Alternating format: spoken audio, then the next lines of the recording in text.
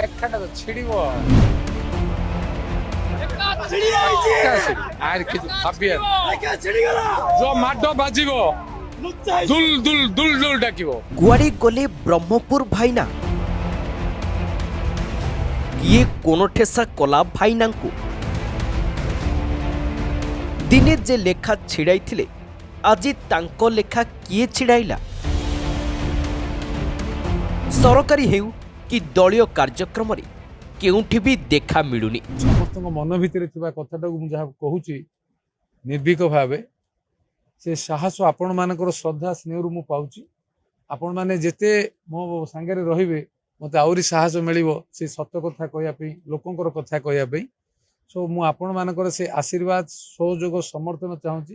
ପ୍ରଧାନମନ୍ତ୍ରୀ ବି ଦେଖନ୍ତୁ ଯେ ବ୍ରହ୍ମପୁର ବି ମୋ ସାଙ୍ଗରେ ଅଛି, ବ୍ରହ୍ମପୁରକୁ ମୁଁ ଦୃଷ୍ଟି ଦେବାର ଅଛି, ଆଉ ବ୍ରହ୍ମପୁର ଲୋକଙ୍କ ପାଇଁ ମୋତେ କରିବାର ଅଛି।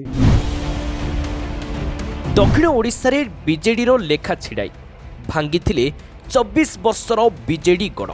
ନିଜ ଲୋକପ୍ରିୟତା ଓ କଥା କହିବା ଶୈଳୀରେ ଗଞ୍ଜାମରୁ ବିଜେଡିକୁ ତଡ଼ିପାର କରି 13ଟି ବିଧାନସଭା ଆସନରୁ 11ଟିରେ ବିଜେପିକୁ ଜିତାଇବାରେ ମଙ୍ଗ ଧରିଥିଲେ ଗଞ୍ଜାମର ସବୁଠୁ ପ୍ରଭାବଶାଳୀ ନେତା ପ୍ରଦୀପ ପାଣିଗ୍ରାହୀ।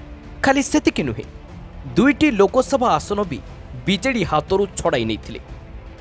ପ୍ରଦୀପଙ୍କ କଥାରେ ଏତେ ଓଜନ ଥିଲା ଯେ ଦକ୍ଷିଣରୁ ଆରମ୍ଭ କରି ସାରା ଓଡ଼ିଶାରେ ଚିତପଟାଙ୍ଗ ମାରିଲା ବିଜେଡି। ଦୀର୍ଘ 24 ବର୍ଷ କ୍ଷମତାରେ ଥିବା ବିଜେଡିକୁ ଗାଦିଚ୍ୟୁତ କରିଥିଲେ। ହେଲେ ଏବେ ଅଲୋଡ଼ା ହୋଇଗଲେ କି ପ୍ରଦୀପ? ନିର୍ବାଚନ ପରେ କାହିଁକି ଅଲୋଡ଼ା ପ୍ରଦୀପ?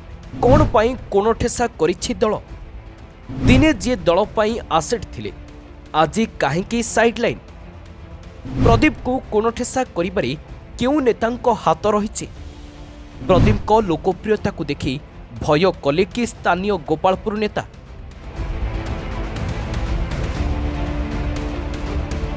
ଗୋପାଳପୁର ମହୋତ୍ସବ ପରେ ଦାଣ୍ଡରେ ପଡ଼ି ହାଟରେ ଗଡ଼ୁଛି ପ୍ରଦୀପ ପାଣିଗ୍ରାହୀଙ୍କୁ କୋଣଠେସା ପ୍ରସଙ୍ଗ।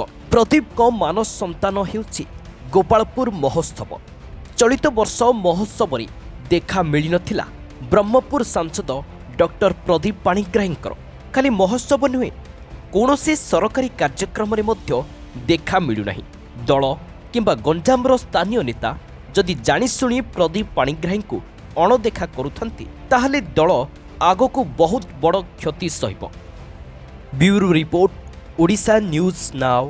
ଦୟାକରି ଆମ ଚ୍ୟାନେଲକୁ ଲାଇକ୍, ସେୟାର ଏବଂ ସବସ୍କ୍ରାଇब କରନ୍ତୁ।